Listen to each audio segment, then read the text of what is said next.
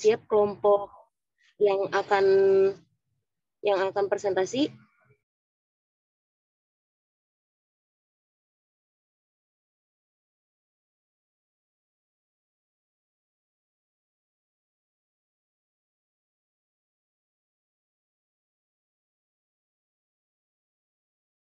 Kelompok 8 apakah sudah siap? Sudah bisa dilakukan acaranya? Dipresentasikan?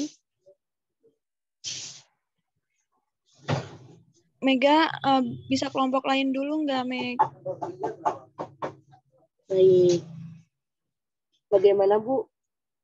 Bisa di next dulu atau tidak, Bu?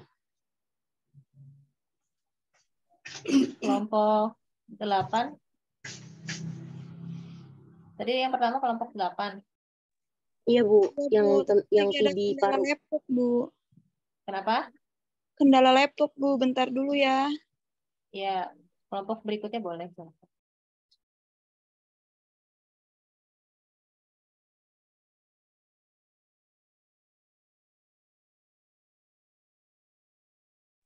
Kelompok 8 kira-kira untuk kendala laptopnya berapa lama ya untuk waktu ditentukan?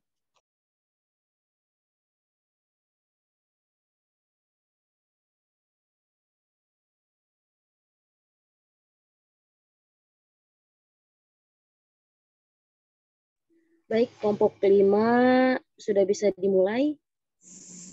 Baik, terima kasih. 15 menit ya untuk presentasi. Ya, baik. Terima kasih sebelumnya atas waktu yang diberikan. Assalamualaikum warahmatullahi wabarakatuh. Kami dari kelompok 5 izin untuk mempresentasikan hasil kasus yang kami kelola pada ruang Anggrek B, Rumah Sakit Umum Kabupaten Tangerang. Nah, untuk kelompok kami terdiri dari Hani, Holly, Iip, Ika, Indah, dan juga Agung.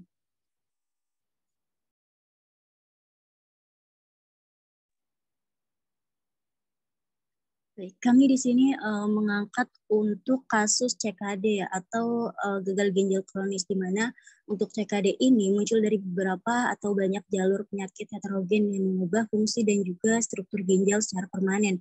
Nah, untuk selama berbulan-bulan atau bertahun-tahun. Jadi untuk diagnosis CKD ini didasarkan pada penurunan fungsi ginjal kronis dan juga kerusakan struktural ginjalnya. Kemudian untuk indikator terbaik yang tersedia untuk fungsi ginjal secara keseluruhan adalah laju filtrasi glomerulusnya yang sama dengan jumlah total cairan yang disaring melalui semua nefron yang berfungsi per unit waktu.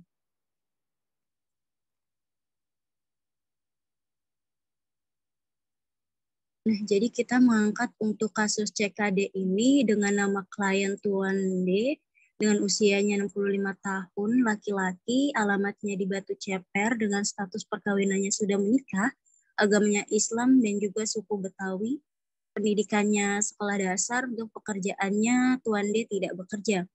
Nah, untuk tanggal masuk ke rumah sakit, Tuan D ini tanggal 19 November 2022 dengan diagnosis medisnya itu CKD. Kemudian untuk sumber informasi yang kami dapatkan adalah dari pasien dan juga keluarga, dan juga rekam medik. Nah, untuk tanggal pengkajiannya sendiri, kami mengkaji dari tanggal 21, 22, dan juga 23. Untuk ruangan anggrek, dan untuk keluarga dekat yang dapat segera dihubungi itu anak, yaitu Nyonyope, dengan pekerjaan karyawan swasta, alamat juga di Batu Ceper.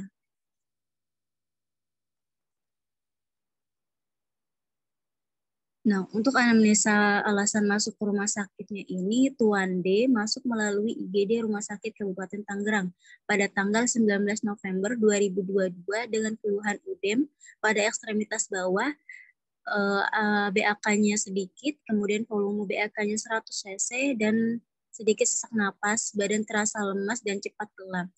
Untuk masuk dari IGD dan alat yang digunakan saat masuk ke anggrek B itu menggunakan berangkat dan juga saturasi oksigen. Nah, untuk pengkajian dilakukan ini ialah pada hari Selasa pada hari Senin tanggal 21 sampai 23 November tahun 2022 jam 10 di ruangan anggrek Rumah Sakit Umum Kabupaten Tangerang. Jadi klien ini ditemukan dalam keadaan sedikit lemas. Kemudian kesadarannya juga kompos mentis, terpasang NaCl 0,9%. Untuk kulitnya sendiri kering bersisik, udem pada ekstremitas bawah, badan terasa lemas, letih, cepat lelah, sehingga aktivitas dibantu oleh keluarga dan tenaga kesehatan.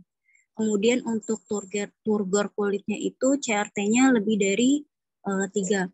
Jadi klien juga mengeluhkan BAK-nya sedikit. Saat dilakukan pemeriksaan, tekanan darah Tuan D 159/98. Untuk nadinya 89 kali per menit, pernapasannya 23 kali per menit, untuk suhunya sendiri 36,7% derajat Celcius.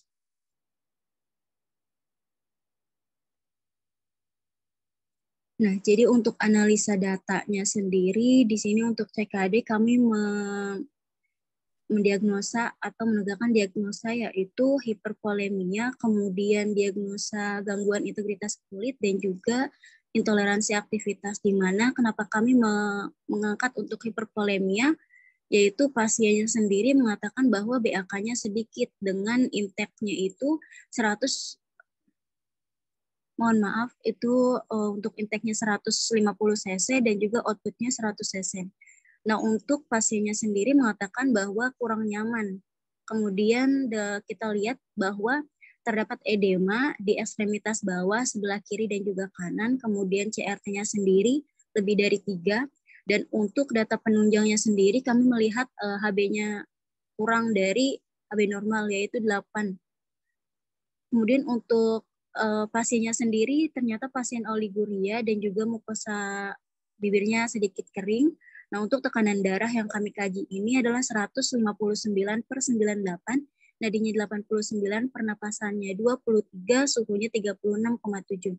Dan untuk kami lihat adalah mata pasien ini tampak sedikit cekung, dan untuk berat badannya sendiri dari 53 menjadi 58. Nah, jadi kenapa kami mengambil hipervolemia dari CKD atau chronic kidney disease-nya, yaitu mengalami aliran darah ke ginjalnya itu menurun, di mana untuk GFR-nya juga menurun, maka pelepasan renin-angiotensinnya juga menurun, kemudian terjadinya vasokonstriksi dan retensi natrium dan juga H2O-nya. Kemudian terjadinya peningkatan tekanan hidrostatik kapilernya sehingga mendorong cairan keluar dari intravaskuler ke interstitial. Maka terjadinya udem. Maka kami menegakkan hipervolemia.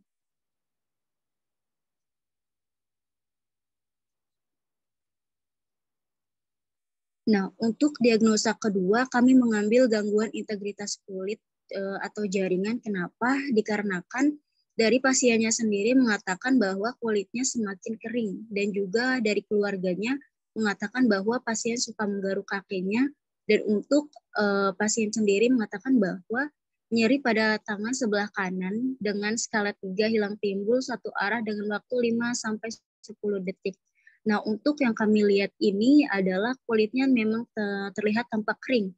Kemudian terlihat sedikit kemerahan pada kaki sebelah kiri pasiennya. Nah, untuk gangguan integritas kulit sendiri, di sini kan terjadi kerusakan tubulus, di mana terganggunya fungsi filtrasinya. Maka terjadi menumpuknya toksik atau racun metaboliknya. Kemudian mengakibatkan uremia, di mana dari hal ini menyebabkan pruritus dan juga kulitnya kering. Dan juga tadi sudah dikatakan bahwa pasiennya suka menggaruk, maka kami mengangkat untuk gangguan integritas kulit atau jaringan.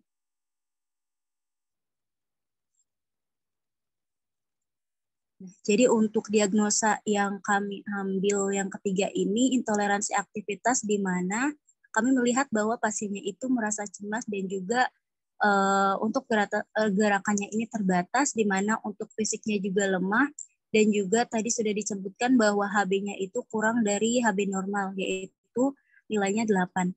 Jadi pasiennya sendiri mengatakan bahwa dirinya merasa lemas, dan juga keluarga mengatakan bahwa untuk mandi, sikat gigi itu dibantu oleh keluarga. Nah, untuk itu pasien juga mengatakan bahwa dirinya juga sedikit pusing. Nah, untuk intoleransi aktivitas sendiri terjadinya penurunan sekresi eritropoietis, kemudian mengakibatkan HB menurun, kemudian oksihemoglobinnya juga menurun, maka suplai O2 jaringannya juga menurun, dan juga terjadinya metabolisme anaerob, dan juga terjadinya penumpukan asam laktat di otot, maka terjadinya nyeri pada sendi atau kerop otot, dan juga mengakibatkan kelemahan. Maka dari itu kami mengambil diagnosa intoleransi aktivitas.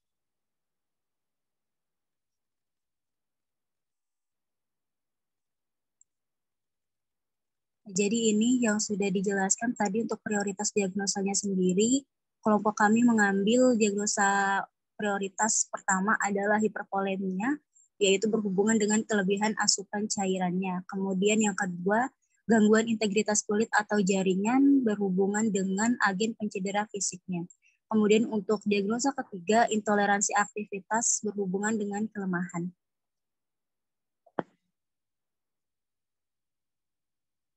Nah, jadi untuk rencana interpretasi keperawatannya ini kami mengkaji dari tanggal 21 sampai 23 November. Nah, untuk yang hiperpolemia ini setelah dilakukan tindakan keperawatan selama 3 kali 24 jam, status cairannya membaik dengan kriteria hasilnya. Tadi UDEM-nya menurun, kemudian CRT yang lebih dari 3 detik menjadi kurang dari 3 detik. Untuk kadar hemoglobinnya 8 menjadi 12, oliguria membaik, kemudian untuk intake output-nya diharapkan balance cairannya itu normal. Nah, untuk intervensinya itu kami menegakkan manajemen hiperpolemia, di mana untuk mengobservasi memberikan pemeriksaan tanda dan juga gejala hiperpolemi, kemudian mengidentifikasi penyebab hiperpolemi, monitor intake dan juga output cairan. Dan untuk terapeutiknya sendiri, batasi asupan cairan dan juga garam. Kemudian tinggikan kepala tempat tidur 30-40 derajat. Nah, untuk edukasinya sendiri, ajarkan cara membatasi cairan, kemudian kolaborasi pemberian diuretik.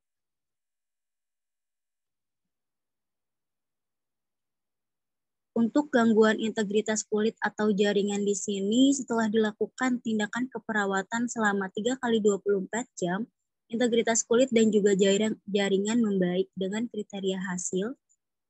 Kerusakan lapisan kulitnya yang kering menjadi sedikit lembab, kemudian nyeri pada ekstremitas atas kanan skala 3 menjadi skala 1, terdapat sedikit kemerahan menjadi menurun. Kemudian untuk intervensi yang kami tegakkan yaitu perawatan integritas kulit, di mana mengobservasi atau mengidentifikasikan penyebab gangguan integritas kulit pada pasien. Kemudian untuk terapeutiknya sendiri, hindari produk berbahan dasar alkohol pada kulit keringnya. Kemudian untuk edukasinya sendiri, anjurkan menggunakan pelembab. Kemudian menganjurkan meningkatkan asupan buah dan juga sayuran.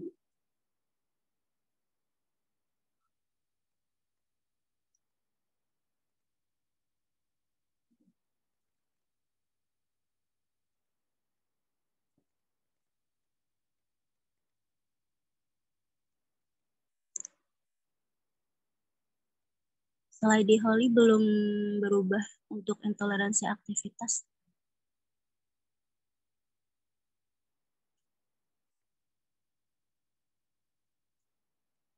Nah, jadi untuk yang intoleransi aktivitasnya sendiri di sini setelah dilakukan intervensi keperawatan selama 3 kali 24 jam, maka toleransi aktivitasnya ini membaik. Di mana untuk keluhan lelahnya juga menurun, perasaan lemahnya juga menurun, warna kulit membaik, tekanan darah membaik, kekuatan tubuhnya juga meningkat. Di sini kami mengambil intervensinya yaitu manajemen energi, di mana untuk mengobservasi gangguan fungsi tubuh yang mengakibatkan kelelahan, kemudian memonitor kelelahan fisik dan juga emosional. Kemudian untuk terapeutiknya sendiri, sediakan lingkungan yang nyaman dan rendah stimulus. Berikan aktivitas distraksi yang menenangkan, kemudian anjurkan melakukan tirah baring. Anjurkan aktivitas secara bertahap, kemudian melakukan kolaborasi dengan ahli gizi.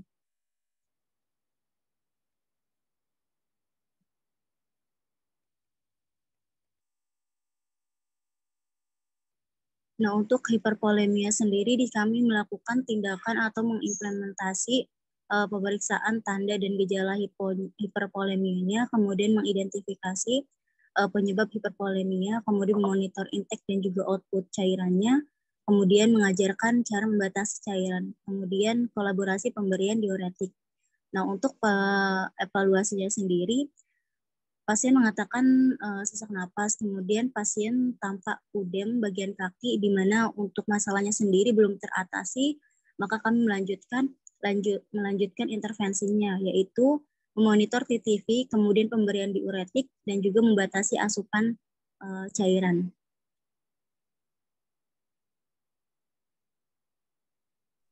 Maaf teman-teman, waktu sudah 15 menit.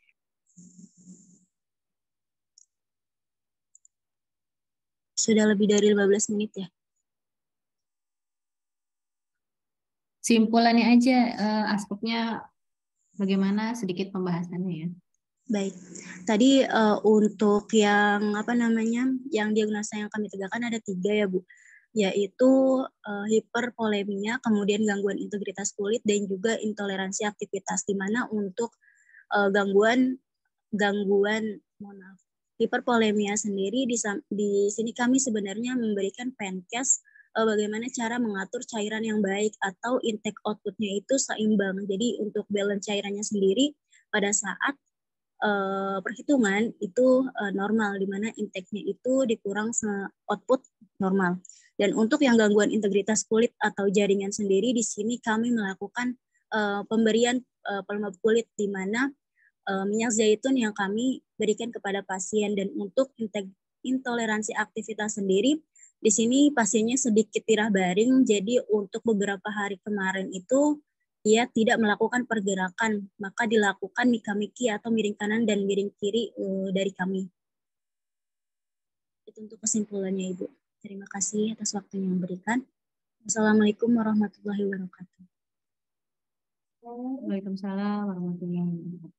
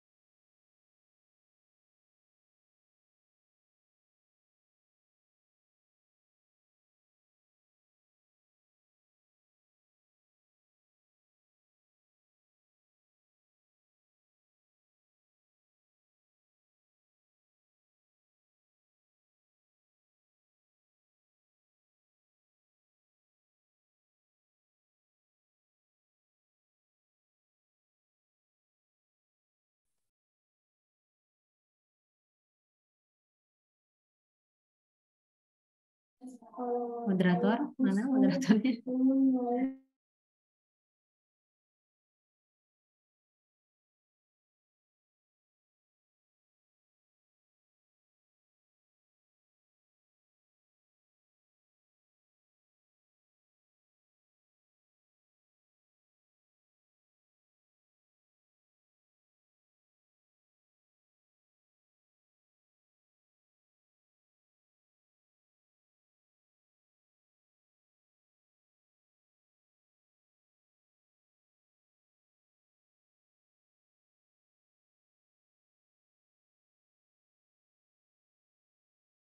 Kelompok 8 apakah sudah bisa dimulai?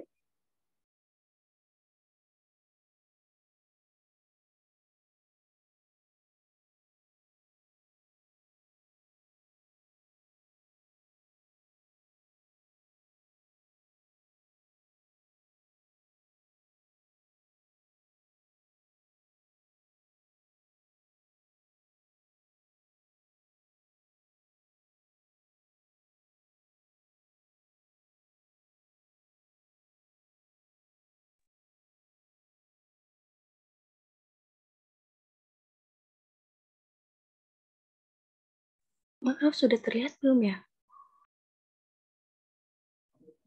Ya, sudah.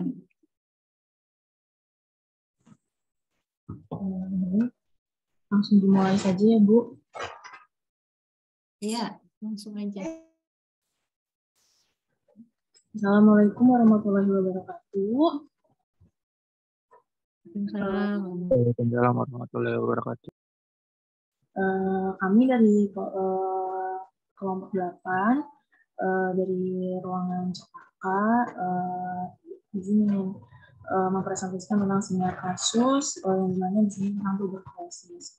Untuk anggota kelompok sendiri yaitu ada Firda Widyasari, ada Haryani Harnum, Indah Yunita, Muhammad Ferdin, saya sendiri Mutiara Khairatul dan Nasira Pusada.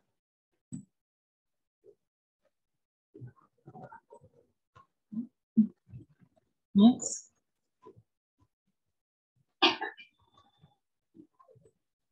Maaf sebentar, ngelag. Ya.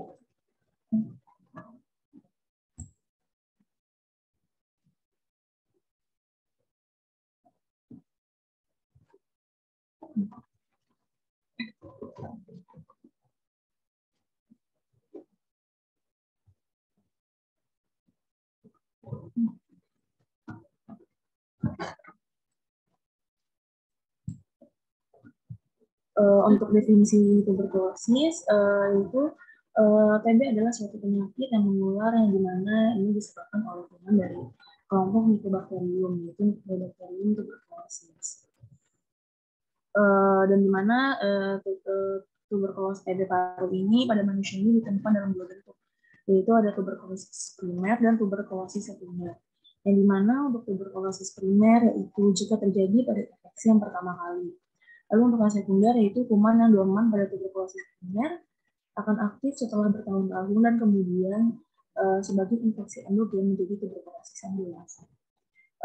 Misalnya karena malnutrisi, penurunan alkohol, penyakit maligna, diabetes, AIDS, dan gagal ginjal.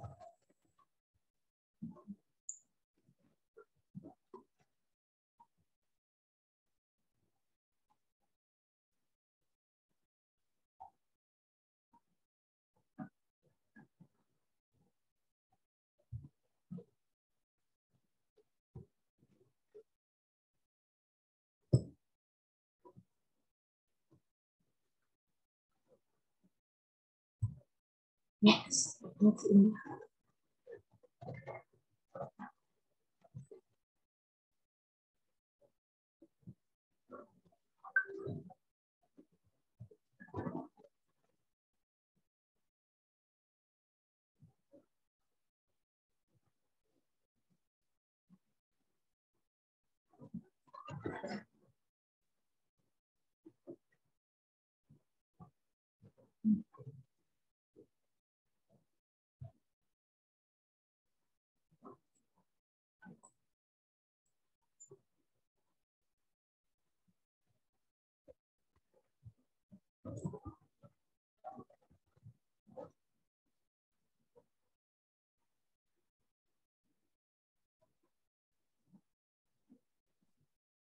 Suaranya belum terdengar, Muti. Baik, Bu. Untuk penata laksanaan keperawatannya, peran perawat di sini yang terpenting yaitu bertanggung jawab atas penyuluhan kesehatan bagi pasien dan keluarganya, termasuk penyuluhan tentang medikasi, tindakan pencegahan, penularan, dan perawatan tindak lanjut. Lalu untuk penata laksanaan medis di sini ada WHO merekomendasikan strategi DOTS atau Direct Observed Treatment Short Course. Dalam penata laksanaan kasus TB, selain relatif dan tidak mahal, strategi ini dianggap dapat menurunkan risiko terjadinya kasus resistensi obat terhadap pasien TB. Dan selain itu, pengobatan TB juga harus menggunakan 3 prinsip. Yaitu yang pertama, regimen harus termasuk obat-obat multiple yang sensitif terhadap mikroorganisme. Yang kedua, obat-obatan harus diminum secara teratur. Dan yang ketiga, terapi obat harus dilakukan terus-menerus dalam waktu yang cukup untuk menghasilkan terapi yang paling efektif dan paling aman pada waktu yang paling singkat.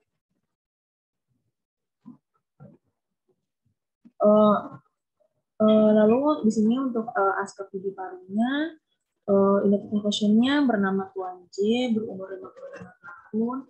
Di sini alamatnya di Jalan Semangka Dijaga, pekerjaan wira swasta. Diagnosa medisnya yaitu TB paru, tanggal masuk ke RS-nya yaitu tanggal 11 bulan November 2022 dan tanggal pengkajiannya yaitu tanggal 14 September 2022. Untuk keluhan saat ini yaitu Tuan J mengalami perubahan nafas dari batas normal. Alasan masuk rumah sakitnya pasien mengalami atau mengeluh sesak nafas, batuk sejak beberapa hari yang lalu, disertai tanda lemas, pucat, dan Tuan J juga mengatakan mual muntah serta tidak nafsu makan. Untuk riwayat kesehatannya ini orang tua memiliki penyakit hipertensi.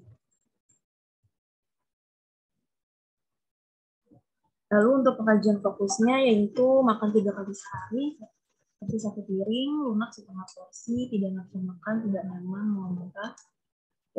Untuk TB-nya 158, BB-nya 40 kg. Untuk IMT-nya ini 16,6 kg. BB-nya turun sebanyak 3 kg. Pasien kesulitan menelan, bibir pucat dan kering. Untuk tekanan darahnya yaitu 158/78, nadinya 128 kali per menit, suhunya 37,5, CRP-nya kurang dari 3 detik.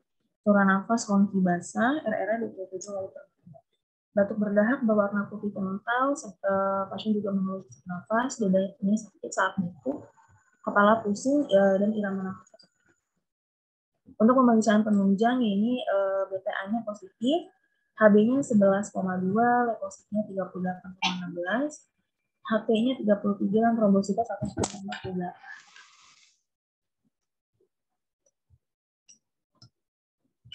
Untuk analisa datanya, di sini DS-nya Tuan J mengalami sesak nafas. Tuan J mengatakan mengeluh dada terasa sakit saat batuk. Lalu Tuan J juga mengatakan dirinya pusing. Untuk DO-nya yaitu nadinya 128 kali per menit. Terdengar bunyi nafas ronhi, warna kulitnya pucat. Tuan J terlihat tampak sesak dan irama nafasnya cepat. Untuk interpretasinya, di sini ada zat pajanam mikrobakterium tuberkulosis, lalu terjadinya proses peradangan. Dan dari proses peradangan ini, adanya tuberkel menginfeksi pulmoner alveoli. Lalu adanya mengalami perkajuan, lalu mengganggu difusi dan produksi CR. Lalu mengakibatkan supaya O2-nya kurang dan mengakibatkan jadinya gangguan pertukaran gas. Maka masalah keperawatan yang diambil yaitu gangguan pertukaran gas berhubungan dengan ketidakseimbangan membran alveolus kapiler.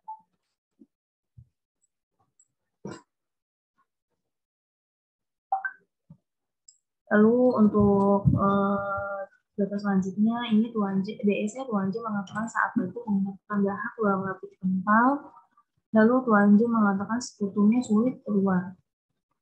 Lalu untuk DO-nya dahak Tuan J ini terlihat berwarna putih kental, Tuan J ini terlihat tampak gelisah, bunyi nafasnya juga terdengar ronti, irama nafasnya cepat, dan RR-nya 27 kali per menit.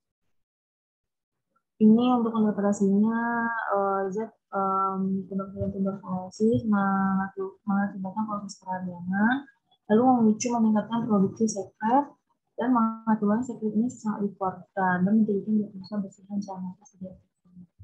Untuk masalah keperawatan yang diangkat yaitu bersihan jalan nafas tidak efektif berhubungan dengan hipersekresi di jalan nafas.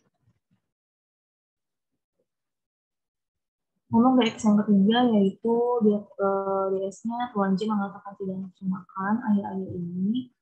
Tuan J mengatakan hanya makan setengah porsi. Lalu Tuan J mengatakan mual muntah. Tuan J mengatakan mengalami penurunan BB 30 kg.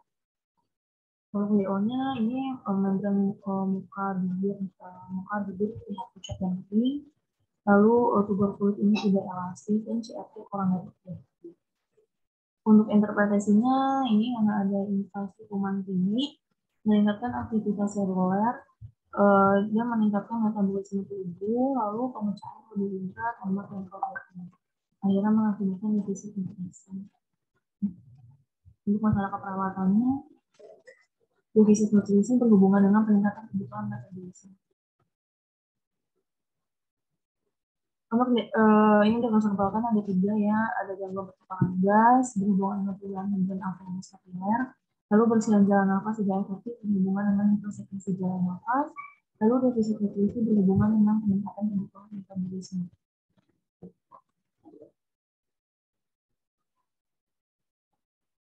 Untuk intervensi keperawatannya, untuk diagnosa keperawatan yang pertama yaitu gangguan pertukaran gas. SLKI-nya yaitu setelah dilakukan tindakan perawatan selama 3 kali 24 jam, diharapkan sesak nafas kalian berkurang, bunyi nafas tambahan menurun, lalu pola nafas membaik dengan RR 16-22 kali per menit, dan bunyi ronhi berkurang. Untuk CT-nya yaitu pemantauan respirasi, monitor frekuensi irama kedalaman dan tekanan nafas. lalu monitor pola nafas, lalu monitor kemampuan batuk efektif, monitor adanya produksi sputum, lalu monitor adanya sumbatan jalan nafas, auskultasi bunyi nafas, dan monitor saturasi oksigen. Untuk diagnosa yang kedua, yaitu bersihin jalan nafas tidak efektif. Untuk SLKI-nya setelah dilakukan tindakan selama 3 kali 24 jam, diharapkan batuk efektif meningkat, lalu produksi sputumnya ini menurun, lalu ronhinya ini di skala 3 itu sedang, dipsol cukup menurun, dan pola nafas membaik.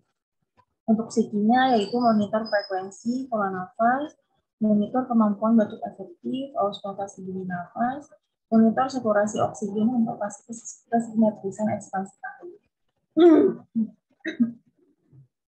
Untuk diagnosa keperawatan yang ketiga yaitu defisit nutrisi. Untuk SLKI-nya yaitu setelah dilakukan tindakan selama 3 kali 24 jam, diharapkan porsi makanan yang dihabiskan cukup meningkat. Yaitu lalu berat badan sudah di skala sedang, frekuensi makannya cukup membaik, lalu nafsu makannya juga membaik, dan membran mukosanya juga membaik. Untuk psikinya yaitu yang pertama monitor asupan makanan, lalu monitor berat badan. 3 menit lagi ya, kelompok 3 menit lagi. Terima kasih. Lalu ajarkan diet yang diprogramkan, lalu kolaborasi dengan ahli gizi untuk menentukan jumlah kalori dan jenis nutrien yang dibutuhkan. Untuk pembagian dan evaluasinya yaitu untuk SOAP.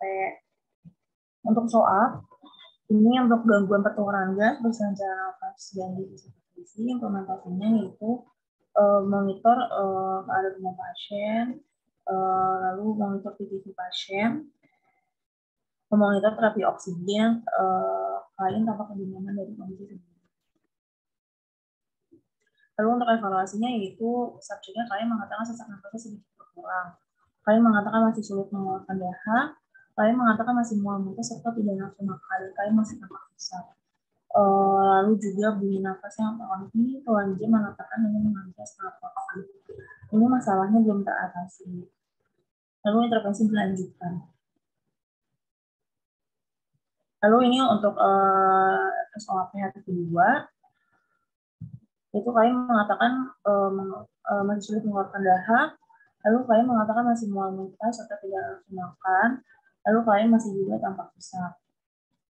Ini juga masalahnya belum teratasi, dan intervensinya yang dilanjutkan yaitu meminta KU pasien, lakukan terapi inhalasi Ventolin 3 kali sehari atau 1 kali sedokter, lalu lakukan fisioterapi dada, mengajukan makan efektif, memonitor asupan makan, dan ajukan teknik relaksasi.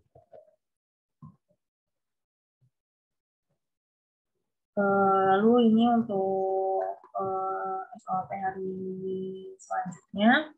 Hari terakhir yaitu Tuan J mengalami perburukan kondisi. Masalah dan intervensi dihentikan karena pada hari itu Tuan J dinyatakan wafat. Jadi intervensi dihentikan. Sekian presentasi dari kelompok kami, kelompok 8. Untuk kurang dan lebihnya mohon maaf. Wassalamualaikum warahmatullahi wabarakatuh. Waalaikumsalam warahmatullahi wabarakatuh. Baik, bisa di next kelompok selanjutnya.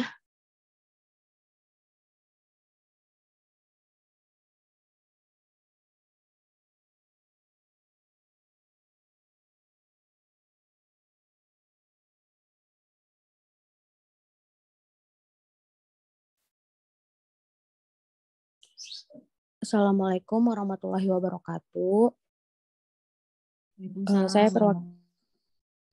Saya perwakilan dari kelompok 2, yaitu ingin mempresentasikan hasil asuhan keperawatan pada pasien Tuan M dengan ileus obstruktif di ruangan seruni. Next, Cai. Yaitu anggota kelompoknya ada saya sendiri, ada Citra, ada Desak, ada Cairani, ada Dede, dan Devi Dwi.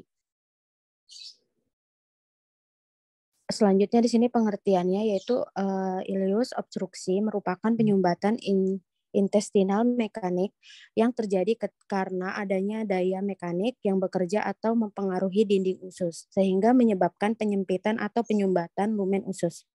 Next, Chay.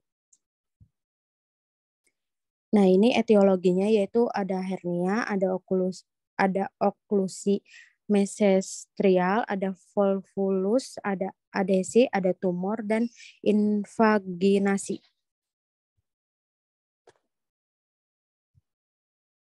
Next, Chay. Ini ada obstruksi usus halus akibat adesi. Pengkajian lanjut. Next, Chay. Lanjut di sini identitasnya itu ada Tuan Maulana, usianya 18 tahun. Diagnosa medisnya ileus obstruktif di ruangan seruni. Selanjutnya alasan masuk RS-nya itu klien merasa nyeri seperti tertusuk-tusuk di bagian abdomen masuk dari UGD, dibawa oleh keluarga. Alat yang digunakan saat masuk yaitu berangkar.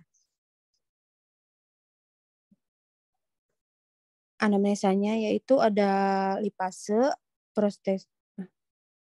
Riwayat kesehatannya itu keluhan utama, klien mengeluh sulit BAB 8 hari SMRS. Lanjut, klien mengatakan perut terasa penuh, klien mengatakan nyeri di bagian perut sejak 3 hari, seperti tertusuk-tusuk, klien mengatakan merasa mual, merasa sesak, dan klien tampak memegangi bagian perut. Tekanan darahnya yaitu 125/85 mmHg, nadinya 105 kali per menit, RR-nya 28 kali per menit, GCS-nya yaitu 15. Riwayat kesehatan sekarang yaitu klien tidak dapat BAB sejak 8 hari, klien merasa nyeri di bagian abdomen sejak 3 hari, klien terasa seperti tertusuk-tusuk, klien merasa sesak dan perut terasa penuh, terdapat distensi pada abdomen dan merasa mual. Lalu tekanan darahnya 125/85 mmHg, respirasinya 28 kali per menit, nadinya 105 kali per menit, suhunya 36,8 Celcius, dan GCS-nya itu 15. Riwayat kesehatan lalu tidak ada riwayat masa anak-anaknya, imunisasinya tidak pernah lengkap dan tidak pernah mengalami kecelakaan, tidak pernah mengalami operasi sebelumnya, dan tidak ada alergi makanan atau obat. Riwayat kesehatan keluarga yaitu klien tidak memiliki riwayat penyakit keluarga. Next. Selanjutnya di sini ada pola nutrisinya yaitu kebiasaan makan klien 3 kali per hari, jumlahnya porsi penuh, jenis dan jumlah makanannya itu padat, cair, lunak, dengan porsi penuh. Diet DRS yaitu puasa, NGT dialirkan. Jumlah makan 3 hari terakhir yaitu 24 jam terakhir, porsi yang dihabiskan nafsu makan yaitu keinginan makan ada, namun 3 hari terakhir klien sudah dianjurkan untuk puasa. Kepuasan akan berat badan yaitu klien mengatakan puas karena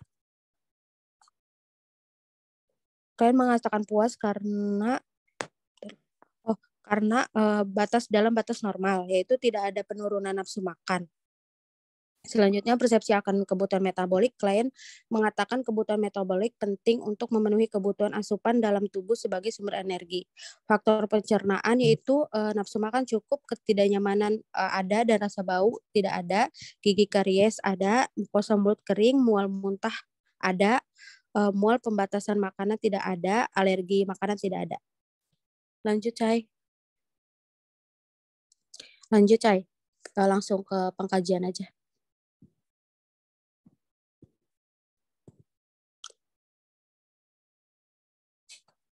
Next.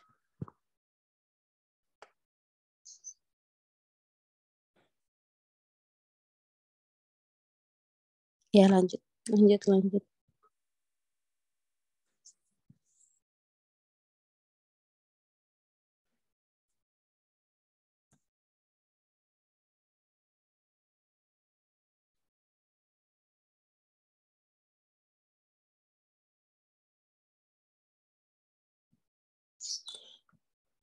Lanjut, kesimpulannya itu klien Tuan M, usia 18 tahun, datang ke RS dengan keluhan nyeri di bagian perut. Klien merasa mual, perut seperti terasa penuh.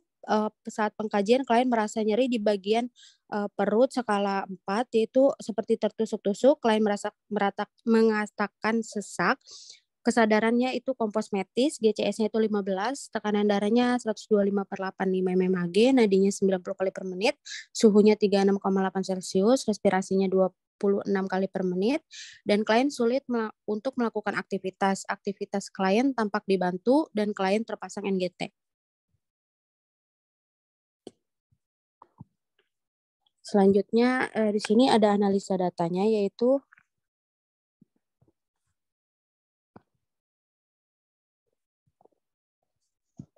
Chan, ini buka di Word aja ya. Ini baru sebagian soalnya di Andatnya. oh iya. Oh ini belum semua ya, Cai. Ntar, Cai. Cantik buka di Word.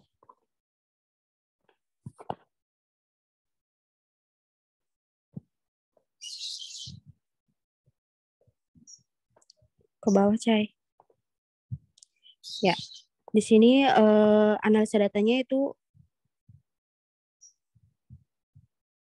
DS-nya, klien mengatakan perutnya sakit, klien mengatakan perutnya terasa penuh, klien mengatakan nyeri seperti tertusuk-tusuk. DO-nya yaitu klien tampak meringis, klien tampak memegangi bagian abdomen. Hasil TTV-nya nadinya yaitu 105 kali per menit, RR-nya 25 kali per menit, tekanan darahnya yaitu 125/85 mmHg. Lanjut, klien tampak tidak tidur nyenyak, pola napas klien takipno. Selanjutnya yaitu PQRST-nya yaitu saat abdomen tertekan dan kualitasnya itu tertusuk, R-nya itu abdomen, S-nya skala 4, T-nya itu hilang timbul. Lanjut, di sini kemungkinan penyebabnya itu dari inflamasi atau luka di usus. Dan masalah keperawatannya itu nyeri akut berhubungan dengan pencedera fisiologis. Ke bawah, Cai.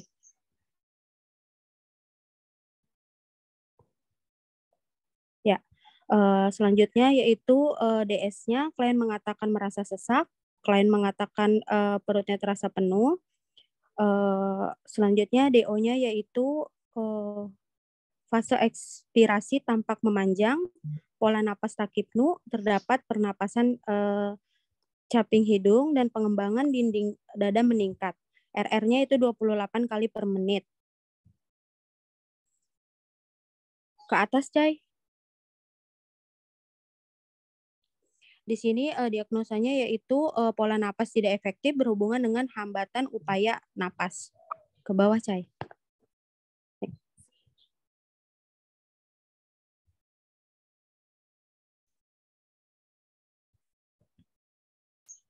Ya. Selanjutnya yaitu di sini DS-nya klien mengatakan merasa mual, klien mengatakan perutnya terasa penuh, klien mengatakan merasa ingin muntah, DO-nya yaitu klien tampak pucat, klien tampak mukosa bibirnya kering, nadinya 105 kali per menit, BU-nya itu 3 kali per menit. Selanjutnya di sini ada diagnosa nausea berhubungan dengan distensi lambung. Lanjut, Cai.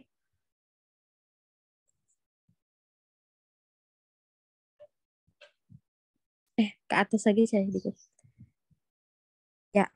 Selanjutnya DS-nya yaitu klien mengatakan sulit untuk memulai tidur, klien mengatakan tidurnya tidak nyenyak, klien mengatakan sering terbangun di malam hari ketika tidur sekitar 6-8 kali dalam semalam. Klien mengatakan pola tidurnya bertambah. DO-nya yaitu klien tampak lesu, terdapat kantung mata yang hitam ada di klien. Lanjut, klien tampak mengantuk, klien tampak gelisah, klien tampak sering terbangun saat tidur. Yaitu diagnosanya di sini gangguan pola tidur berhubungan dengan kurangnya kontrol tidur.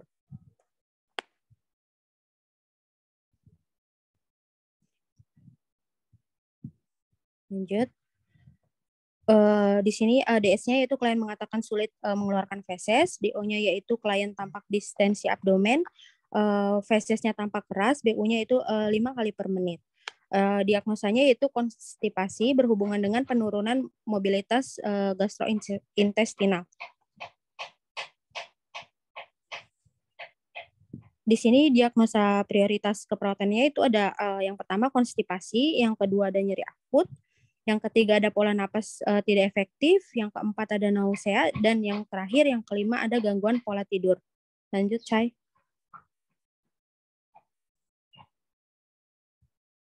Ya, di sini ada rencana intervensi keperawatannya, yaitu diagnosanya konstipasi, yaitu setelah dilakukan tindakan keperawatan selama 3 kali 24 jam, diharapkan konstipasi klien berkurang dengan kriteria hasil, yaitu keluhan defekasi lama dan sulit tidak ada, tidak ada mengejan saat defekasi, tidak ada distensi abdomen, peristaltik usus membaik, frekuensi BAB membaik.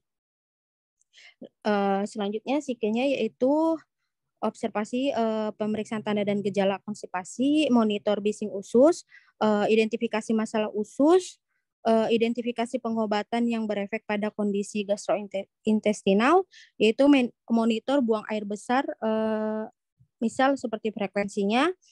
Selanjutnya monitor tanda gejala konstipasi atau infeksi. Selanjutnya terapetik, yaitu jadwalkan defekasi bersama pasien, anjurkan makanan tinggi serat, berikan irigasi lambung jika perlu. Edukasi, jelaskan jenis makanan yang membantu, jelaskan jenis makanan yang membantu meningkatkan keteraturan peristaltik usus, menganjurkan mencatat warna, frekuensi, dan konsistensi volume feses, anjurkan meningkatkan aktivitas fisik, anjurkan pengurangan asupan makanan yang meningkatkan meningkatkan pembentukan gas, anjurkan mengkonsumsi makanan yang ke bawah, Chay.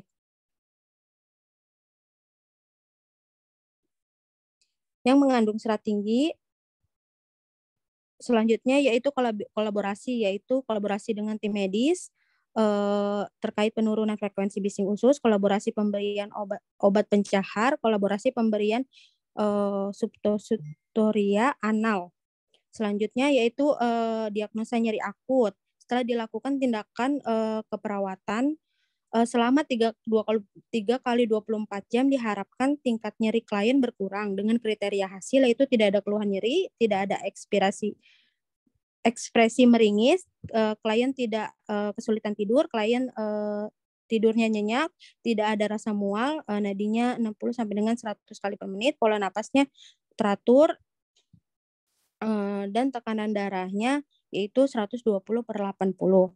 Observasinya identifikasi lokasi karakteristik, durasi, dan frekuensi, identifikasi faktor yang memperberat dan memperingan nyeri, identifikasi pengetahuan tentang nyeri, monitor keberhasilan terapi komplementer, monitor efek samping penggunaan efek samping. Lanjut, Chay. Ya, terapetiknya yaitu berikan teknik non-farmakologis untuk mengurangi rasa nyeri. Selanjutnya edukasi yaitu jelaskan penyebab, faktor, periode atau pemicu nyeri, jelaskan strategi ke bawah, Chay.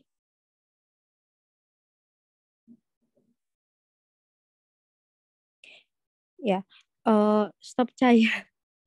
Anjurkan monitor nyeri secara mandiri. Lanjut, ajarkan teknik non-farmakologis untuk mengurangi nyeri. Kolaborasinya yaitu kolaborasi pemberian analgetik. Selanjutnya diagnosa pola napas tidak efektif, yaitu setelah dilakukan tindakan 3 kali 24 jam, yaitu diharapkan pola napas membaik, yaitu tidak ada dyspnoe, tidak ada penggunaan otot bantu napas, tidak ada pernapasan caping hidung.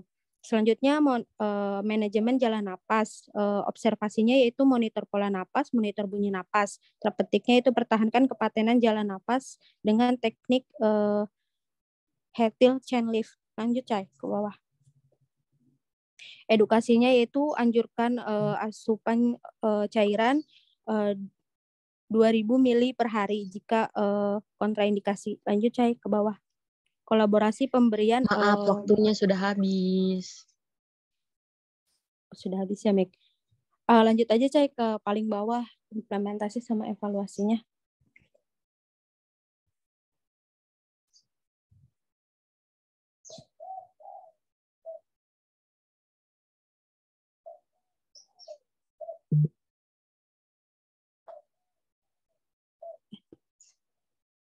Tadi, Cai, ke atas yang SOP, implementasi.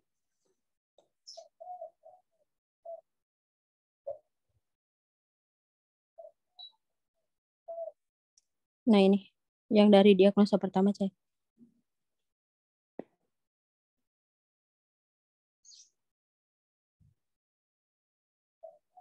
Timing. Ya.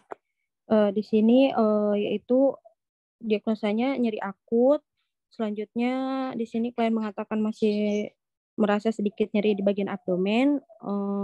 O-nya itu skala nyerinya 3, pasien masih tampak memegangi perutnya, dan A-nya itu masalah teratasi sebagian, P-nya intervensi dilanjutkan. Pola napas tidak efektif, yaitu berhubungan dengan hambatan upaya jalan napas. Ke bawah, Cai.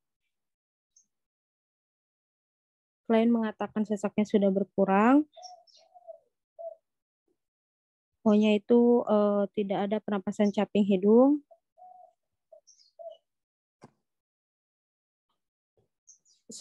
Terus, Cai, ke bawah. A-nya itu masalah transtasi, intervensi dihentikan. Nausea itu S-nya itu klien masih mengatakan mual muntah sudah jarang timbul. O-nya itu klien tampak sedikit pucat. A-nya itu masalah teratasi sebagian, P-nya itu intervensi dilanjutkan. Rencana operasi laparotomi. Lanjut, Cai. Yang diagnosa konstipasi itu klien mengatakan masih cukup untuk melakukan BAB. Lanjut ke bawah, Cai. O-nya itu yaitu abdomen pada klien, distensi abdomen pada klien berkurang. Lanjut masalah teratasi, P-nya itu intervensi dilanjutkan. Rencana operasi laparotomi. Lanjut terakhir pola tidurnya, gangguan pola tidur berhubungan dengan kurang kontrol tidur, yaitu S-nya itu klien mengatakan sudah dapat tidur malam setiap jam 21 sampai dengan siang jam 13. Selanjutnya klien tidak tampak lesu. Ke bawah, Cai. Selanjutnya A-nya itu masalah teratasi, P-nya itu intervensi dihentikan. Mungkin cukup presentasi dari kelompok 2. Kurang lebihnya mohon maaf. Wassalamualaikum warahmatullahi wabarakatuh. Waalaikumsalam warahmatullahi wabarakatuh. Boleh selanjutnya? Silahkan Bang Pur, sudah siap?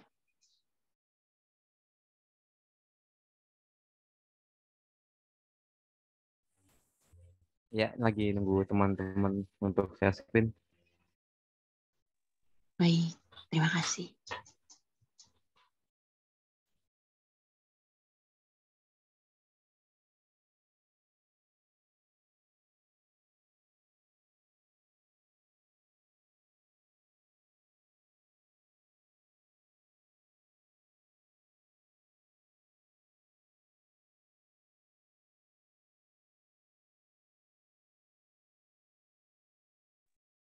Kalau ada pertanyaan bagaimana, Bu Moderator?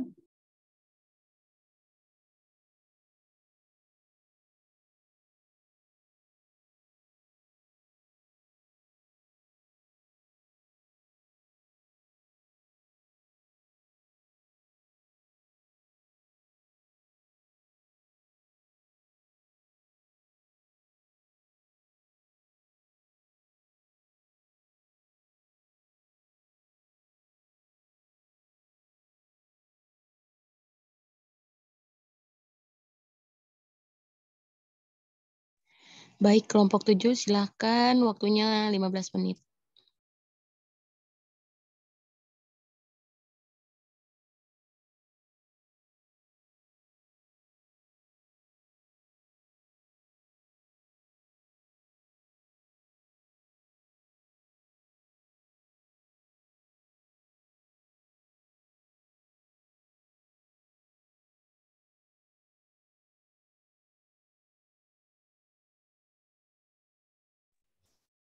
Udah ya? Oh, ya udah. Assalamualaikum warahmatullahi wabarakatuh. Saya perwakilan dari kelompok 7. Pagi hari ini akan mempresentasikan hasil pengkajian kelompok kami tentang evolusi pora. Lanjut, Sinan.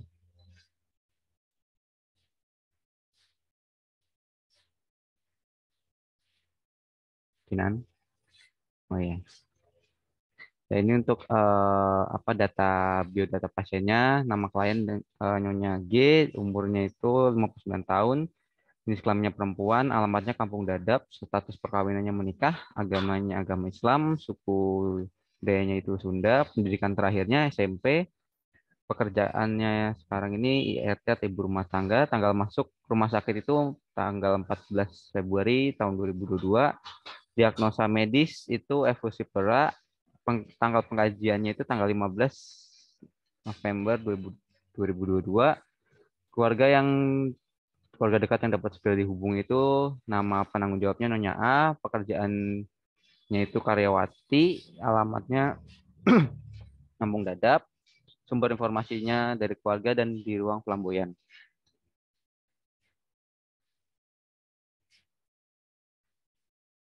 Untuk anamnesanya, alasan masuk rumah sakit itu pasien mengatakan batuk-batuk dan sesak berat sudah 5 hari. Belum ada penanganan apapun di rumah. Lalu pasien langsung ke rumah sakit untuk menerima penanganan lebih lanjut. Masuk dari IGD, dibawa oleh keluarga. Alat yang digunakan saat masuk itu berangkar, riwayat kesehatannya itu keluhan utama saat pengkajian pasien batuk dan sesak berat sudah 5 hari. Riwayat kesehatan sekarang saat ini pasien mengalami batuk dan sesak berat sudah 3 hari. Riwayat kesehatan lalunya itu penyakit pada masa anak-anak dan penyakit infeksi yang pernah dialami 2 tahun lalu, pernah mengalami efusi pleural dan 1 tahun kemudian sembuh. Imunisasi lengkap, kecelakaan yang pernah dialami tidak ada, prosedur operasi dan perawatan rumah sakit WSD, tidak ada alergi makanan dan obat-obatan. Riwayat kesehatan keluarga tidak ada.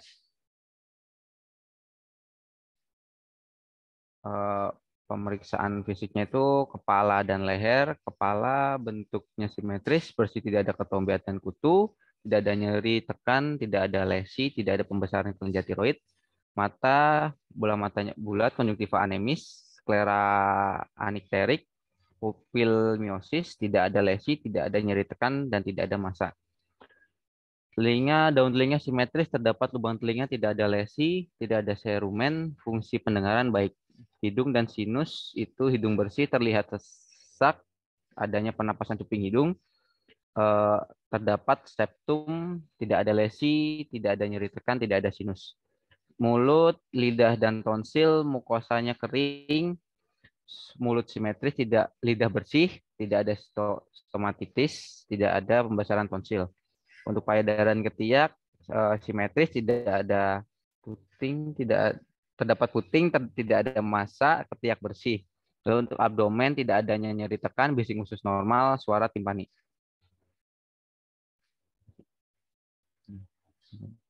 Data pemeriksaan fisik itu pada penapasan kardiovaskuler, muskuloskeletal, neurologi. Sistem kardiovaskuler itu tekanan darahnya 130 per 68 mmHg, nadinya 119 kali per menit, suhunya 36,7 derajat Celcius, CRT-nya kurang dari 3 detik, bentuknya simetris, tidak ada pembesaran atau massa, tidak terdengar suara jantung tambahan. Sistem respirasinya itu RR 26 kali per menit, napas pasien tampak berat, terdengar suara menghilang di bagian yang terdapat penumpukan cairan atau di bagian dekstra. Terdengar bunyi pekak di bagian paru dekstra, taktil fremitus menurun pada paru dekstra, tampak adanya peningkatan frekuensi napas, pernapasan dibantu oleh otot abdomen, otot sternocleidomastoideus, dan otot trapezius. Sistem muskuloskeletal tidak ada menggunakan alat bantu, kekuatan ototnya normal 4 semua. Lalu keluhan saat aktivitas saat di rumah, jika melakukan pekerjaan terlalu berat, pasien merasa cepat lelah, namun saat di rumah sakit seluruh aktivitas dibantu oleh keluarga. Lanjut, Kinan. Untuk analisa datanya itu untuk DS-nya yang pertama, untuk diagnosa pertama, DS-nya itu pasien mengeluh sesak berat. Pasien mengatakan semakin sesak jika berbaring terus. Untuk DO-nya pasien tampak menggunakan otot bantu pernapasan, fase ekspirasi memanjang, pola napas abnormal atau takipnu. Untuk diagnosa keperawatannya itu untuk pola napas tidak efektif. Alhamdulillah. Untuk DS-nya, untuk diagnosa yang kedua, DS-nya itu pasien mengeluh batuk dan sulit mengeluarkan dahak. DO-nya itu batuk tidak efektif, seputum berlebih, bronkinya positif, frekuensi napas berubah 26 kali per menit. DS-nya tidak, untuk diagnosanya itu bersihan jalan napas tidak efektif. Untuk diagnosa ketiga, DS-nya itu tidak ada, DO-nya terpasang WSD. Terus untuk diagnosa keperawatannya resiko infeksi. Untuk prioritas diagnosa keperawatan, yang pertama itu pola napas tidak efektif, berhubungan dengan hambatan upaya napas, penurunan ekspansi paru. Yang kedua itu resiko infeksi, berhubungan dengan efek prosedur tindakan invasif.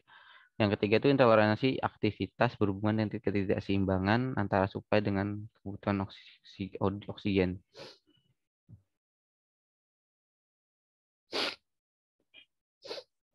Ini untuk rencana Kelompok 3 keperawatan. menit lagi ya. Oke, untuk rencana keperawatannya, untuk diagnosa pertama, SLKI-nya setelah dilakukan tindakan keperawatan selama 3 kali 24 jam, dan diharapkan pola napas membaik, penggunaan otot bantu napas menurun, frekuensi napas membaik, pola napas membaik, sesak berkurang.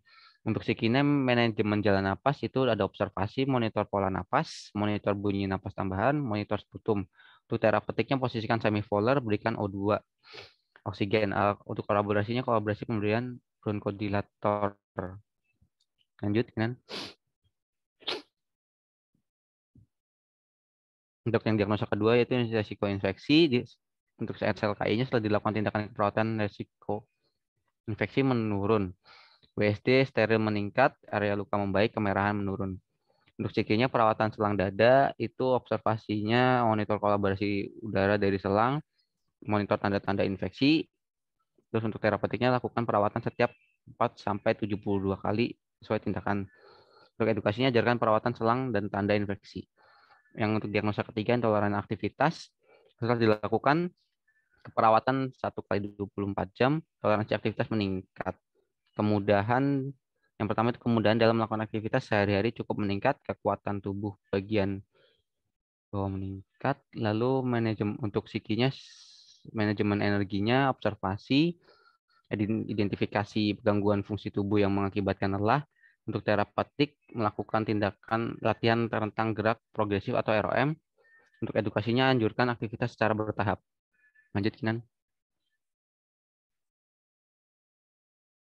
Potong itu ya. Ini untuk implementasinya, untuk diagnosa pertama pola napas tidak efektif. Untuk implementasinya memonitor pola napas, frekuensi napas 27 kali per menit menggunakan otot bantu pernapasan. Menggunakan obat bantu pernapasan. Memonitor, yang kedua itu memonitor bunyi napas tambahan, bronki. Yang ketiga itu memonitor sputum, sulit keluar. Sputumnya memposisikan semivolar, memberikan minuman hangat, memberikan oksigen NRM 10 liter per menit, berkolaborasi pemberian inhalasi. Untuk evaluasinya itu pasien masih merasa sesak, air respiration rate-nya 27 kali per menit, pasien masih menggunakan otot bantu pernapasan. Untuk asesmennya masalah belum teratasi, kayaknya itu dilanjutkan intervensi. Lanjutkan. Yang kedua, diagnosa kedua itu resiko infeksinya. Untuk untuk tindakannya, implementasinya itu memonitor tanda dan kebocoran udara dari selang. Yang kedua memonitor posisi dan kepatenan selang. Yang ketiga memonitor jumlah cairan, volume, warna, dan konsistensi drainase paru-paru. Selanjutnya memonitor tanda dan infeksi. Yang lanjutnya itu memastikan tangan selalu bersih saat perawatan selang. Yang keenam melakukan perawatan selang setiap 48-72 kali sesuai 40 atau sesuai kebutuhan. Untuk evaluasinya, pasien kadang mengeluh tidak nyaman, tampak kemarahan pada tampak kemerahan tapi tidak ada pus, tidak ada tanda infeksi. Area insisi bersih. Asesmennya itu masalah teratasi sebagian, Maaf, intinya takut 1 lanjutkan menit intervensi. lagi. Oke. Yang untuk diagnosa ketiga, kelewat ya. Oke, untuk diagnosa ketiga itu intoleran aktivitas. Yang pertama itu mengidentifikasi gangguan fungsi tubuh yang mengakibatkan lelah, melakukan latihan rentang gerak progresif atau ROM, menganjurkan aktivitas secara bertahap. Evaluasinya, pasien mengeluh lelah, pasien tampak lemah, ADL masih dibantu, masalah belum teratasi, lanjutkan intervensi latihan ROM. Nah, ini untuk yang hari kedua, untuk diagnosa yang pertama itu pola napas tidak efektif. Yang pertama memonitor Bangku, pola maaf, udah napas. selesai waktunya. Oke, mau gimana nih? Mau dilanjut atau? Ya, langsung Pembahasannya terakhir. ini kesimpulannya nih. Oh ya, pasien nyonyagi setelah dilakukan perawatan selama 3 hari. Pada hari ketiga, pasien telah dilakukan pengeluaran cairan WSD. Cairan keluar sebanyak 1-2 liter. Berwarna merah, tidak ada pus, keluhan sesak pada pasien berkurang dengan respiration rate-nya 22 kali per menit. Saat ini pasien masih melanjutkan pengobatan injeksi dan nasal kanul dengan aliran 4 liter. Pasien juga masih diberikan tindakan ROM setiap pagi. Udah. Sekian dari presentasi kelompok kami. Kurang lebihnya mohon maaf. Assalamualaikum warahmatullahi wabarakatuh. Waalaikumsalam warahmatullahi wabarakatuh.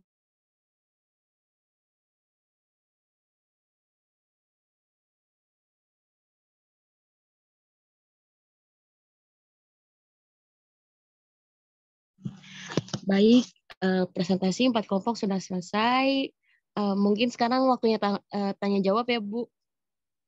Tanya jawab dan yang Ya. mau bertanya silahkan. Silakan sebutkan Mungkin- namanya sama kelompoknya dari berapa ya. Terima kasih.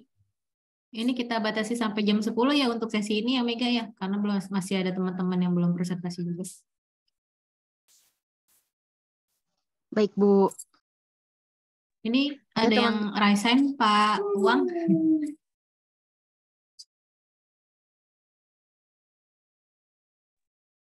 Raise hand dari Pak Uang nih, mungkin mau memberi masukan kalau bertanya.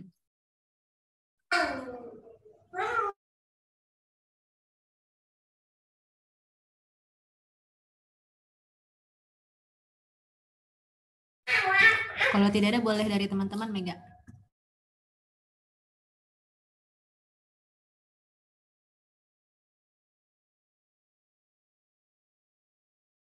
Saya mau komentari kelompok 7 yang khususnya yang ngambil kasus di Pelamboyan ya Bu. Enggak Pak. Ya. Ini penyajiannya cukup bagus, cuman sedikit mungkin ya koreksi atau perbaikan sedikit lah. Ini mengenai ini kan pada saat di diagnosa pertama pola napas itu tadi saya catat memberikan obat bronchodilator. Nah, yang saya tanyakan bronchodilatornya jenis obat apa namanya itu obat bronchodilator apa? Dalam mengumpul data itu si AD bronchodilatornya jenis obat apa gitu Bu. Jadi mohon dicantumkan gitu Bu. Ya koreksi aja. Terus yang kedua di diagnosa ketiga. Ini kan intoleransi aktivitas. Apakah pada saat pengkajian kekuatan ototnya dikaji tidak gitu Bu. Jadi apakah dia dalam intoleransi aktivitas karena dia posisi karena penyakitnya atau karena kekuatan ototnya yang melemah. Di sini kalau nggak saya nggak tidak terlihat mengenai kajian kekuatan ototnya. Terus yang ketiga mengenai diagnosa yang kedua resiko infeksi memang sih di Pelamboyan ini kan ganti perban suka yang pagi ya. Jadi ini tidak tertulis mengenai perawatan lukanya. Jadi hanya monitor, tidak ada perawatan lukanya. Apa pada saat itu si Ade menggantikan perbannya atau tidak. Tapi kalau menurut saya sih kalau misalkan pegangan pasien kita, sempatkan untuk mengganti perban. Ini kan pasiennya udah terpasang WSD, bukan gitu Bu? Adek, bukan ke Ibu Ding. Ya gitu aja Dek. Terima kasih. Mudah-mudahan ya bisa didengar sama Adek nih. Dek, yes. Terima kasih Bu. Ya Pak, terima kasih juga.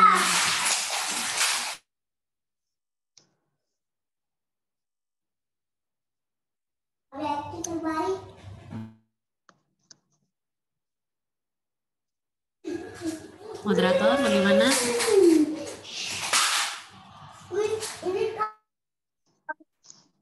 Tujuh cukup jelas ya pertanyaannya mungkin atau juga sekaligus masukan dari Pak Wang? Atau ada yang ingin ditanyakan dulu? Ibu tadi aku Bu, bukan Pawang Bu.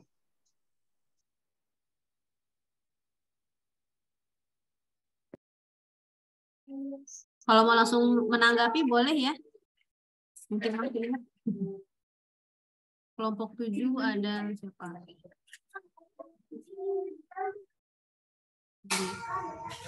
Ferus, Kurniawan, Merli, Mega, Kinanti, Mbak Merlin. Mau langsung ditanggapi atau mau disimpan dulu? Kalau disimpan kita tampung. Disimpan Bu, ada simpan nanti dibagiin lagi ya, jangan disimpan terus. Ya, simpan dulu, mau didiskusikan kelompok mungkin. Mungkin tadi ada masukan juga ya, masukan terkait dengan obat itu mungkin di dokumentasinya dilengkapi begitu maksudnya. Nah, Mega silakan Mega dipandu lagi.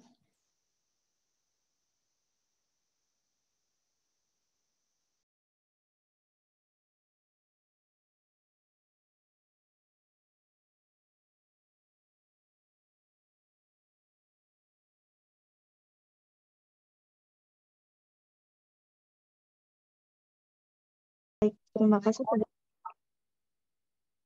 sebelumnya kepada Pak Us yang sudah memberikan masukan dan pertanyaannya tadi.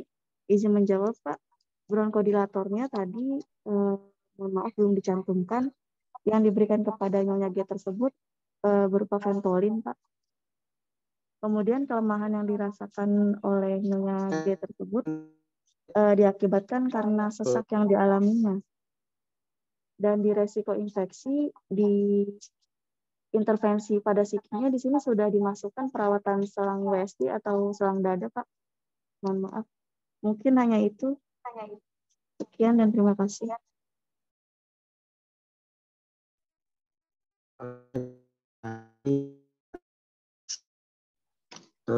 Jawabannya itu pada saat perawatan luka hanya tulisan apa ada yang mengerjakan perawatan lukanya. Di sini kan kita perlu jangan menulis aja.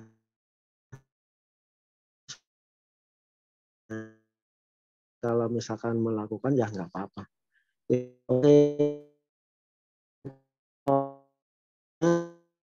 Terakhir ya, kekuatan kira-kira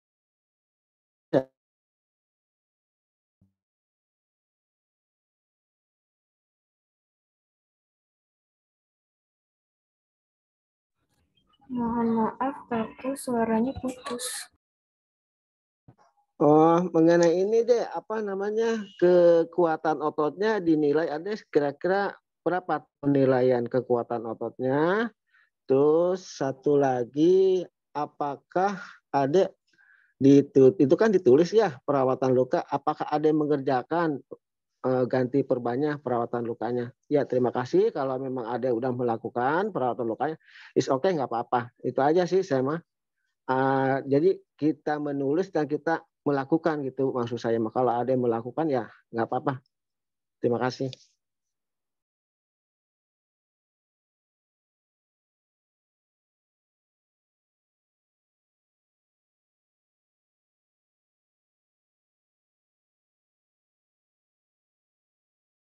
Ya, bisa dipahami kelompok 7 ya.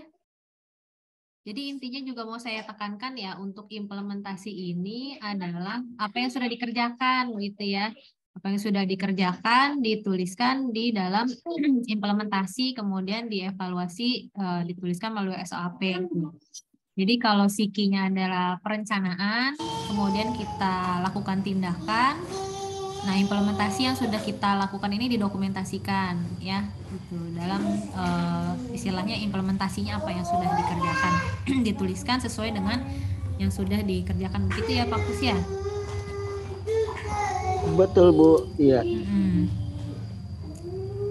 Ya.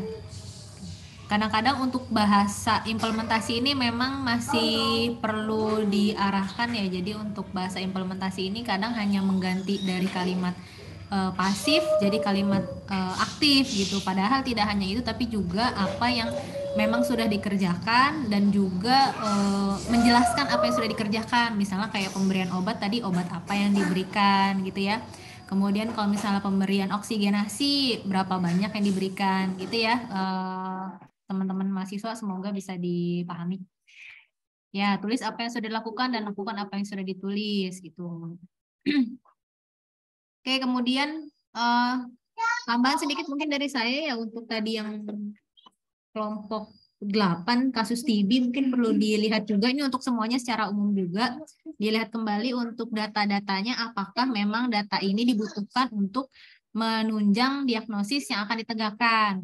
Kalau misalnya memang tidak menunjang atau tidak berkaitan, mungkin sebaiknya tidak dituliskan ya dalam analisis data. Misalnya seperti tadi ada penegakan diagnosis defisit nutrisi, namun di situ ada capillary refill time lebih dari 3 detik. Ini apakah langsung berkaitan dengan data untuk menegakkan diagnosis defisit nutrisi atau tidak gitu? Itu perlu diperhatikan kembali mungkin. Ya. Silakan Mega, saya kembalikan. Baik Bu, terima kasih. Mungkin ada kelompok lain yang ingin bertanya jawab atau memberikan masukan dari CI atau dari pembimbing lainnya, boleh memberikan masukan kepada kelompoknya masing-masing atau kelompok yang lain. Dan teman-teman ada yang ingin bertanya, mumpung waktunya masih ada 10 menit lagi nih. Jadi jangan diam-diam saja. Mungkin bisa digunakan. Terima kasih. Bu Iba sudah on cam aja nih, Mega. Baru nyampe di jalan, tadi ngedengerinnya lagi di jalan, sekarang tadi agak sedikit lusus, tapi menyimak ada beberapa yang tersirat tadi, semoga tidak salah dengar ya tadi. Baik, boleh ya Mega? Sangat boleh Bu. Ya, Assalamualaikum warahmatullahi wabarakatuh. Waalaikumsalam warahmatullahi wabarakatuh. Mungkin tadi ada beberapa masukan dari mulai kelompok yang presentasi pertama, saya nggak begitu jelas ya. Yang tadi yang ngelihat tuh yang kelompok 2, ada yang mengangkat diagnosa pertukaran gas, tapi datanya tidak sesuai ya, minimal ada hasil analisa gas darahnya gitu ya, karena kita tahu mau mengangkat diagnosa pertukaran gas berhubungan tadi ya apa ya, berkaitan dengan ketidakmampuan terkait dengan ketidakmampuan alveoli ya, tapi datanya nggak ada. Misalnya tahu dari mana pertukaran gasnya keganggu gitu. Jadi fase inspirasi ekspirasi aja nggak terlihat, CO2-nya nggak ada, tapi Anda menegakkan diagnosa pertukaran gas. Ya. Jadi datanya nggak sesuai. Harusnya kalau belajar melihat diagnosa itu kan Anda boleh nyontek di SDKI ya. Di SDKI itu akan terlihat data mayor minornya itu apa kalau bunyi diagnosanya ini. Lalu cek, kaji di pasiennya ada nggak datanya sesuai diagnosanya. Di diagnosa di SDKI gangguan pertukaran gas itu DODS atau mayor minornya itu apa saja. Kaji di pasien ada nggak? Jika ada silahkan tegakkan. Ini diagnosa yang Anda tegakkan bunyinya yang penting nyontek ke SDKI, tapi DODS atau mayor minornya nggak sesuai gitu ya, nggak mendukung. Sudah begitu di perjalanan etiologi itu kan analisa data itu Anda itu bukan menjelaskan terjadinya penyakit, tapi menjelaskan bagaimana terjadinya problem dari data yang sudah ketahuan bahwa pasiennya itu misalnya tadi TBC ya. Bukan dari Mycobacterium tuberculosa terpaparnya dari bakteri, bukan dari terpaparnya bakteri, udah tahu dia udah TBC, tapi dari kondisi bahwa dia sudah terinfeksi itu apa yang membuat problem itu muncul. Rata-rata semua kelompok tadi dianalisa data, mind map-nya, peta konsepnya itu adalah proses terjadinya penyakit. Begitu juga dengan yang kelompok 2 tadi ya, yang diagnosa nyeri berhubungan agen pencedera fisiologis. Fisiologis itu masih normal, tapi yang dijelasin adalah perjalanan patologis terjadinya penyakit. Tuh. Itu sama sekali tidak sesuai gitu ya. Dan rata-rata di analisa data itu menjelaskannya proses kejadian penyakit, padahal proses kejadiannya problem dari data hasil pengkajian yang kita temukan gitu ya. Banyak diagnosa yang kalian angkat tadi salah satunya mubajir, contoh yang tadi Bu Anes bilang, di masalah defisit nutrisi tapi kapiler reptile apa urusannya gitu ya. Gitu. Terus juga apalagi yang kelompok terakhir yang Kurniawan, tidak ada peta konsepnya yang berkaitan analisisnya ya. Jadi menganalisanya itu tidak ada, tidak lihat. Jadi banyak belajar lagi mengenal diagnosa-diagnosa dan data pendukungnya. Jangan datanya udah jelas-jelas prioritas kayak yang dimasukkan Pak Kus tadi. Kenapa implementasi balutan nyata-nyata kamu lakukan, bahkan ada masalah berkaitan dengan balutan tapi tidak diangkat. Nah, itu prioritas di kasus itu. Misalnya, tadi udah jelas pasien terpasang WSD, masa dengan terpasang WSD nggak masalah bagi pasiennya gitu ya. Minimal ada luka WSD, kemudian kamu memberikan balutan, itu kan dia juga minimal dari luka sayat WSD itu ada pasti ada menjadi masalah, walaupun misalnya resiko belum aktual di pasiennya, tapi minimal resiko diangkat. Misalnya resiko infeksi, adanya luka invasif atau apa gitu ya. Sehingga tindakan itu sebetulnya saya percaya Anda melakukan tindakannya banyak, tapi diagnosanya nggak diangkat. Gitu. Ada beberapa diagnosa yang datanya aktual terjadi tapi dilewatin karena pahamnya di diagnosa tuh nyeri, bersihan jalan napas, Indonesia Raya aja gitu yang wajib-wajib ya. Padahal diagnosa yang tadi pola napas itu kelihatannya dengan adanya terpasang WSD pasti kan proses ventilasi terganggu. Kenapa berhubungan dengannya nggak karena sindrom hipoventilasi gitu ya? Karena kan dengan adanya cairan di dadanya itu kan asam ventilasi terganggu. Gitu. Kembali ke fisiologis, tapi Anda enggak berhubungan dengannya nggak nyambung. Gitu. Mungkin itu aja, perlu latihan lagi Bu Anis nanti. Mungkin kasus-kasusnya kurang ya, kurang berhasil hanya ini walaupun ini udah terakhir gitu ya. Mungkin nanti di komunitas juga masih ada masalah-masalah KMB sambil pelaksanaan praktek komunitas ke keluarga, tapi tetap kamu harus melatih diagnosa KMB-nya masih belum maksimal proses perawatan dan mengkritisi menegakkan diagnosa itu sudah mana yang penting segera gitu ya. Jadi nyeri, pola nafas, bersihan jalan nafas, itu pun etiologinya masih salah-salah, datanya juga nggak mendukung. Mungkin perlu latihan lagi. Ini saja masukannya Bu, garis besarnya aja. Karena kalau detail aspeknya tadi saya banyak sih catatannya, cuma nggak bawa pulpen di jalan. Ya. Terima kasih Bu Imas. Ya. Waalaikumsalam. Jelas ya masukan dari Bu Imas ya, dan lengkap ini untuk secara keseluruhan untuk semua askop yang sudah dibuat ya, baik secara kelompok maupun individu. Baik, mungkin Mega dilanjut aja untuk pleno kedua ya. Baik Bu. Baik teman-teman, kita lanjut ya untuk kelompok selanjutnya. Kelompok 1, siapa yang mau presentasi?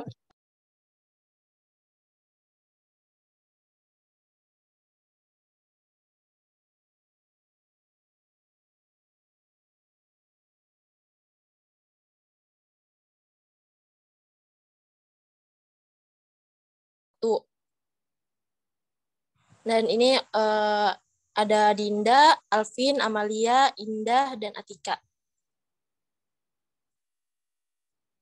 Nah, di Kalau sini saya belum tampil nih. Yang lain udah tampil belum? belum, Bu. Belum tampil. Yang share screen Rista, sinyal Rista mungkin. Coba di ini aja. Coba dibantu dari teman-teman yang lain. Maaf Ibu, yang saya jadinya Atika, bukan Rista. Iya, cuman masih belum tampil.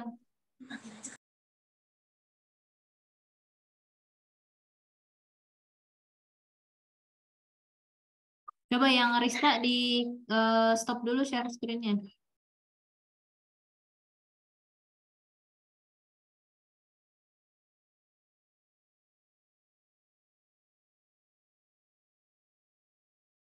Atika juga coba diulang lagi, stop share dulu.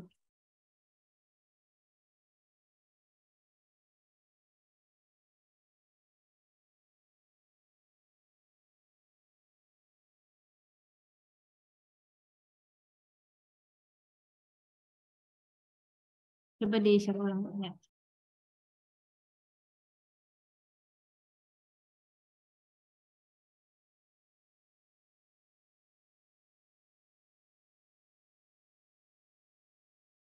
Belum terlihat kalau di saya ya, kalau di tempat yang lain terlihat nggak? Sama Bu.